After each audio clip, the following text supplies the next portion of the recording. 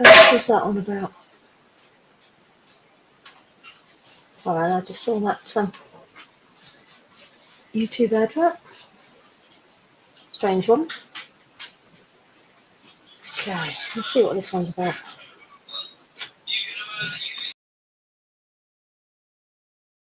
Chat is open. If anyone wants to leave a message, I want to join you on this. Anyway, we'll go next meeting and see what this one's about.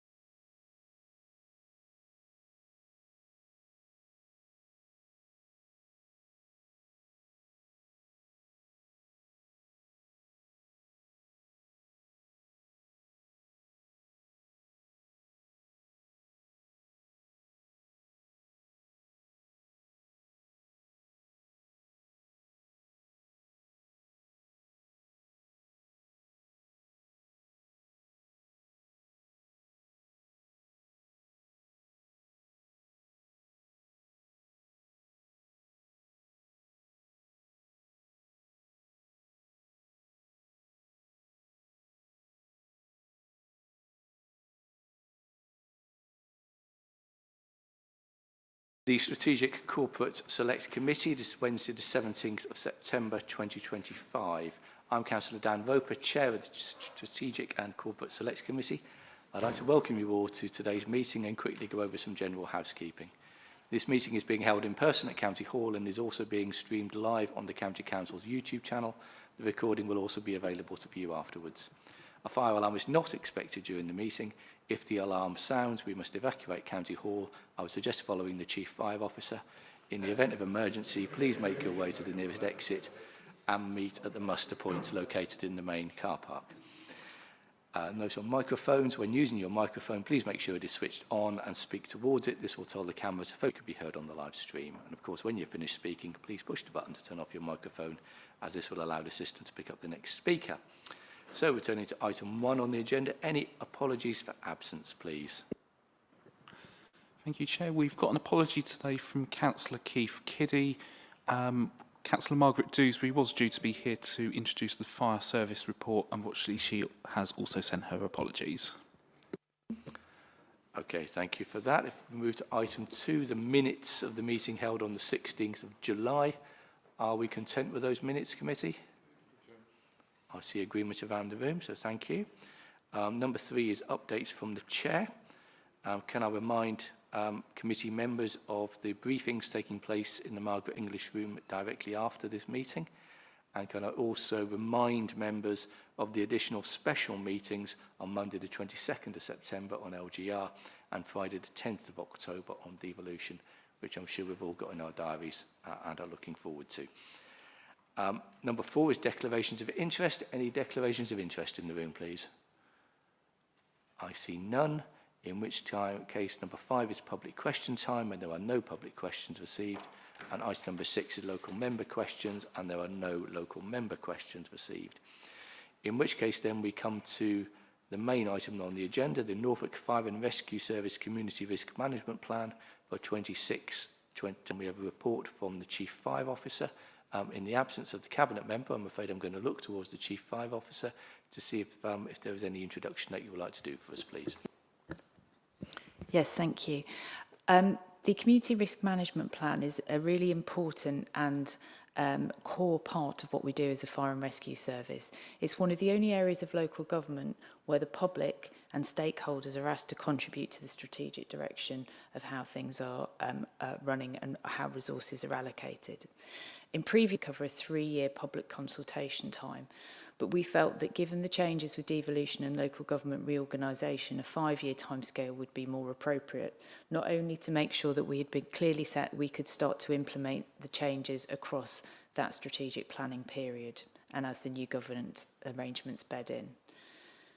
The Fire and Rescue National Framework for England mandates that we create a risk management plan, and it was changed to be a community risk management plan over the last 5 or 6 years to make it more community centric, and really I hope that you'll see as we've written this that it is community focused all the way through. It outlines our strategic approach to how we've assessed risk and how we will respond to fires and other emergencies over the next 5 years. It ensures that the service remains fit for purpose and that we are addressing both the current and evolving risks, which include things like climate change, new technologies and the major demographic changes that are happening within Norfolk. To address that, we've split it into 4 key themes. So one is identifying risks, so that's the current and existing risks within Norfolk.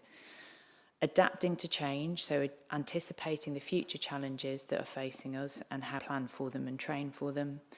Supporting our people, so making sure that we have a workforce that is safe and well and can uphold the professional standards we expect and that our communities expect from us to have confidence in our service. And importantly, working in partnership, recognising that by bringing our resources together across the public sector and across the different systems, we can have a bigger impact for our communities. We've undertaken extensive consultation in pulling this plan together. And then once we have had input from this committee and been to Cabinet, that will go out for a final stage of consultation before coming back for final decision. We've ensured that we've engaged with seldom heard communities and made sure that we're at community events to understand what's really important to the people of Norfolk, the businesses of Norfolk holders that we work with. Over the last 12 months, we've considered significant our residents, our businesses and the environment. So this is really important to get this right and understand what are the priorities for people within this room and the wider community so that we can move forward effectively. So I would ask you to review what's in the document today. We have tried to make this CRMP more accessible in terms of how easy it is to understand the risk, how easy it is to understand what we're working on. But if there is anything that's ambiguous and requires clarification, we'd be more than happy to work through that. Thank you. Rescuing people with disabilities is probably harder than able-bodied. Rescuing people with disabilities is probably harder than able-bodied people. There's a section on ethnic diversity, and I can't people. There's a section on ethnic diversity, and I can't, I don't understand what the relevance of ethnic diversity is in the context of why that was there. Obviously, population growth I can understand. As the population grows, we need to gear up for the extra potential for work. So just a query. I think probably the disability is there for that reason, and just whether the ethnic diversity, whether that needs to be there, because I don't think that ethnic diversity should come into dealing with fire and rescue. Fire and rescue. Yes, if I can respond. Yes, if I can respond to that, there's a number of reasons that we've included ethnic diversity within here. Predominantly, it's related to our ability. It's related to our ability to gain the trust of all of our communities. So, if we don't engender trust in those communities, then our prevention messaging can be much less effective. Sometimes we also need to consider language barriers. And whether we've been able to reach people in terms of their own language. So if I take the Ukrainian population that came over to Norfolk, for example, we did lots of home fire safety visits on the properties that they would be going into and making their homes here, but making sure they understood how the fire and rescue service works in the UK, how they could ask for help, and those types of areas. It's really important. We also know that some communities are disproportionately impacted by accidents and emergencies, again because they might not know how the structures and the prevention activity in our county and what's available. Thank you. Thank you, Chairman. That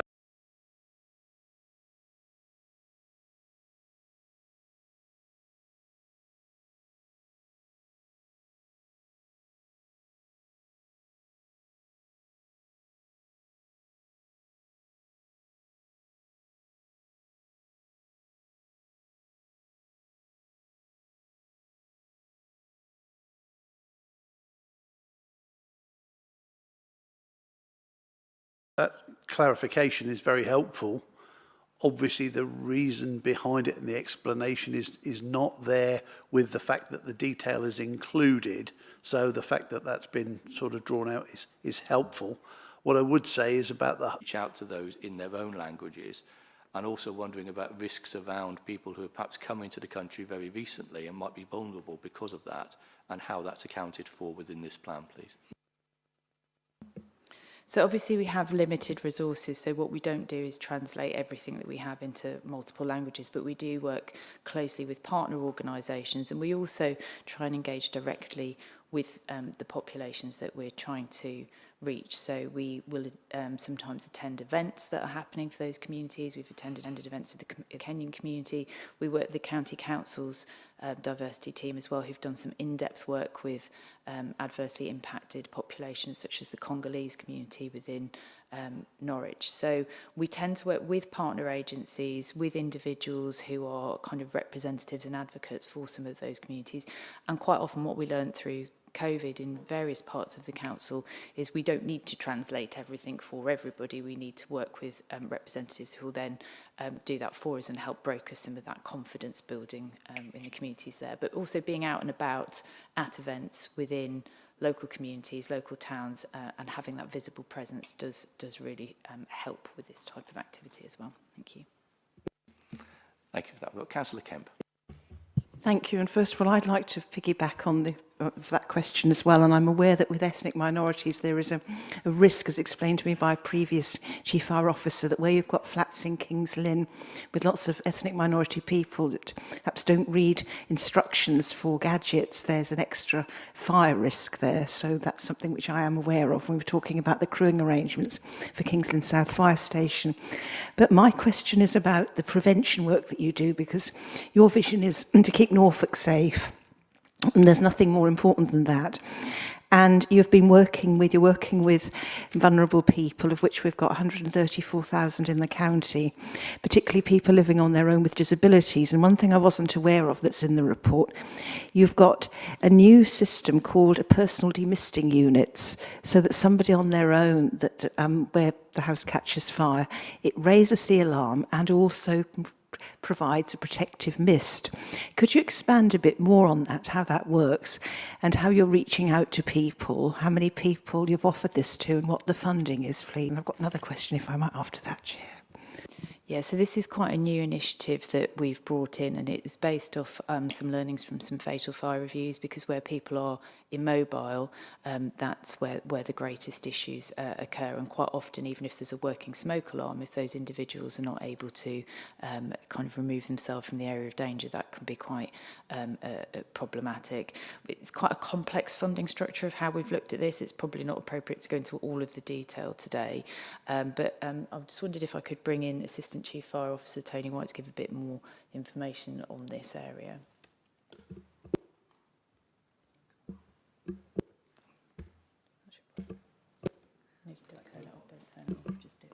Hello, yeah, that's sorry. Yeah, so the portable mister units is a fantastic initiative that our prevention team have worked with partners. You may have already seen some of the national work our prevention team have done regarding emollients and emollient safety. Only recently we've released a video which is going UK-wide around the dangers of not just alcohol-based emollients, but those that are alcohol-free. The misting units is kind of separate but kind of linked to that kind of initiative, where we are aware there are bedridden individuals who are receiving some kind of care plan, but that doesn't include really mitigating the risk around those individuals that continue to smoke because of their habits and sometimes continue to drink as well whilst bedridden. So as an additional protection measure, we offer the misting units, which is, as it says really, a portable, well, it's a self-contained bottle of water with a misting unit attached. So it detects heat and flame and will suppress that automatically. it is really just that additional piece of reassurance for family members and for carers when they can't be there 24/7 to protect the individual, because it's very difficult to break ingrained habits. Now, of course, there's pendants, telecare, and of course ourselves that will be there as well, but it's just an additional measure.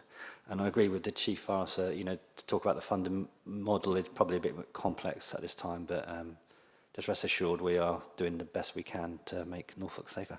Thank you.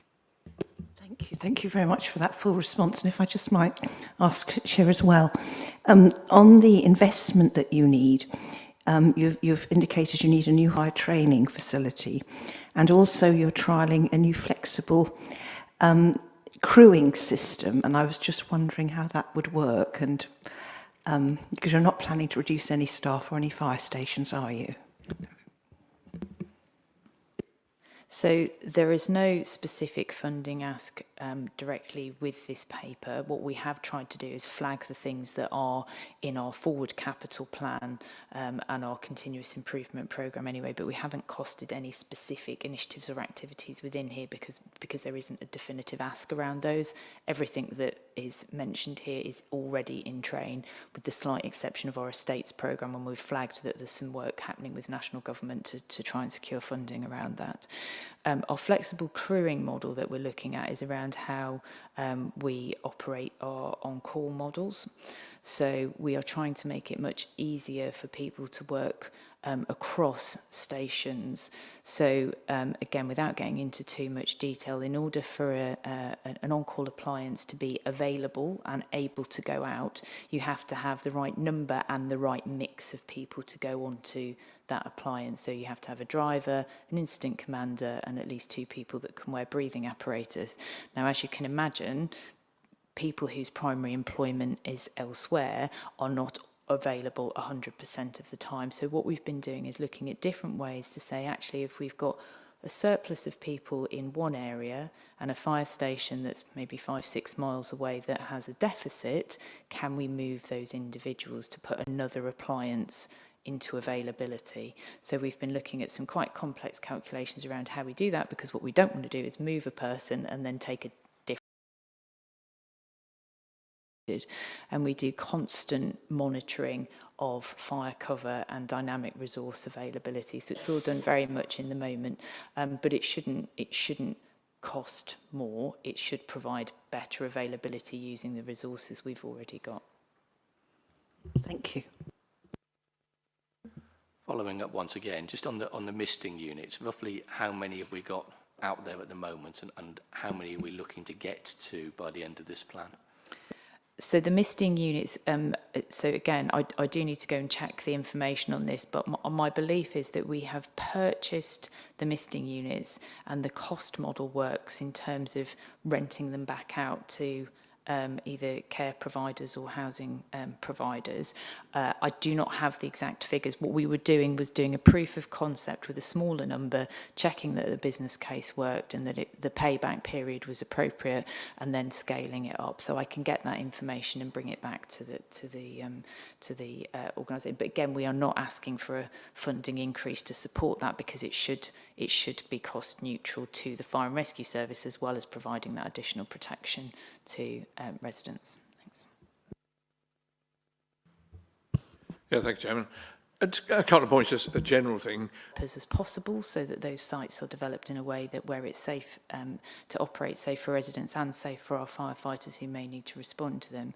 We've got really good relationships with all of the planning authorities across Norfolk, so where we put recommendations forward, they are usually taken on board and written into the planning applications, but we don't have any enforcement powers to insist on those on an ongoing basis. So that is something that we are lobbying for and that we'd like to see brought in over time.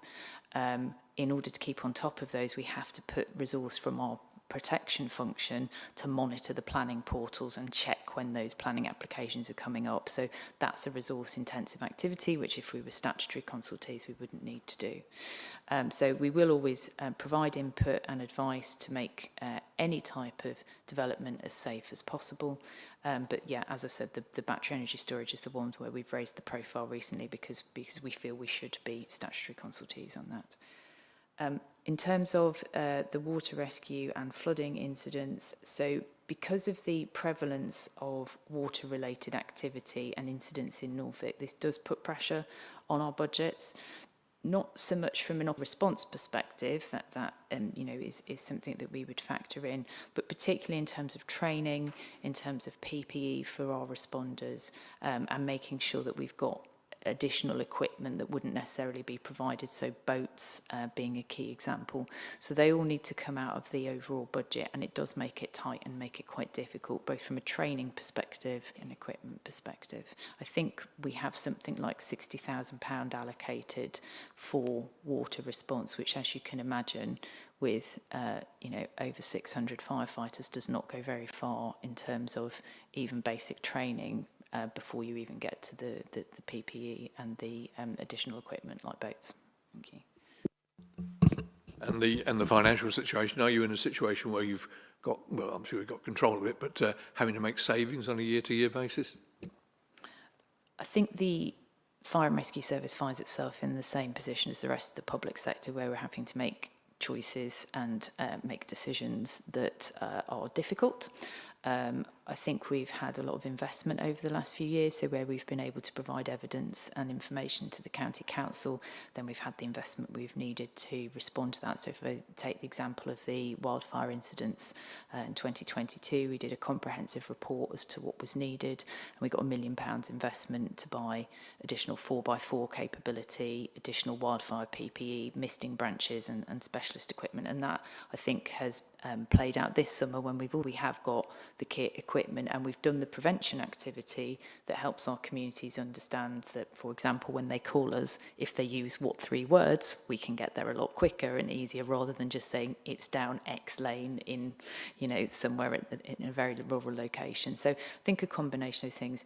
Overall, the financial picture is difficult, as it is with all the public sector, but I feel that there's sufficient investment in our frontline services at this point in time. I think the capital programme going forward is something that we need to consider carefully. I've already mentioned the estates element. Thank you. Thank you. Just on that point again, just around the long-term funding for USAR, because I know it's been a thing which has been grant funded before, and there's been doubts about the whether that's going to continue. Just attention to what the current funding position is on USAR and how secure that is over the 5-year period of this plan, please. Yeah, so USAR is our urban search and rescue capability within Norfolk. It's part of a national resilience set of assets. So there are kind of sphere, which would include things like our high volume pump and other key bits of kit and equipment.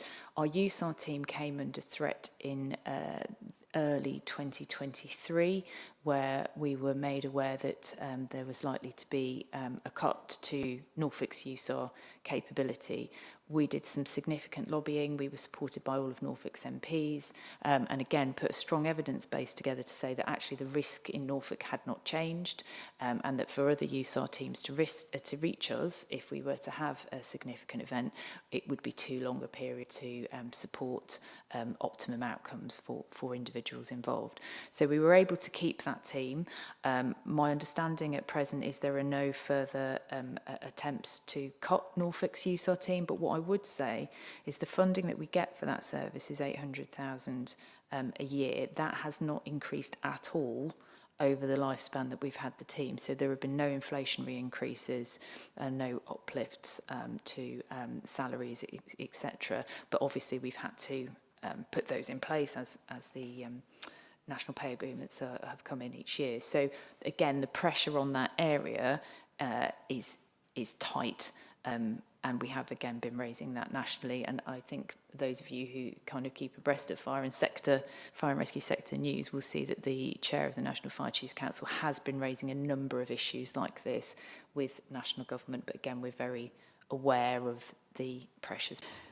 I think he's a bit of a hoarder. He's living in a rat-infested flat, and he probably hasn't got any of the stuff he needs to have there. So how can we do that? Can I just add one thing? I did on a slightly different matter. I was quite surprised to see how many people are killed by deer accidents in their cars. And somebody told me a couple of weeks ago, he's got lots of dealings with venison, and he said that if 60,000 deer were culled in Norfolk, there'd still be too many. And that's a real problem, isn't it? Too many. And that's a real problem, isn't it?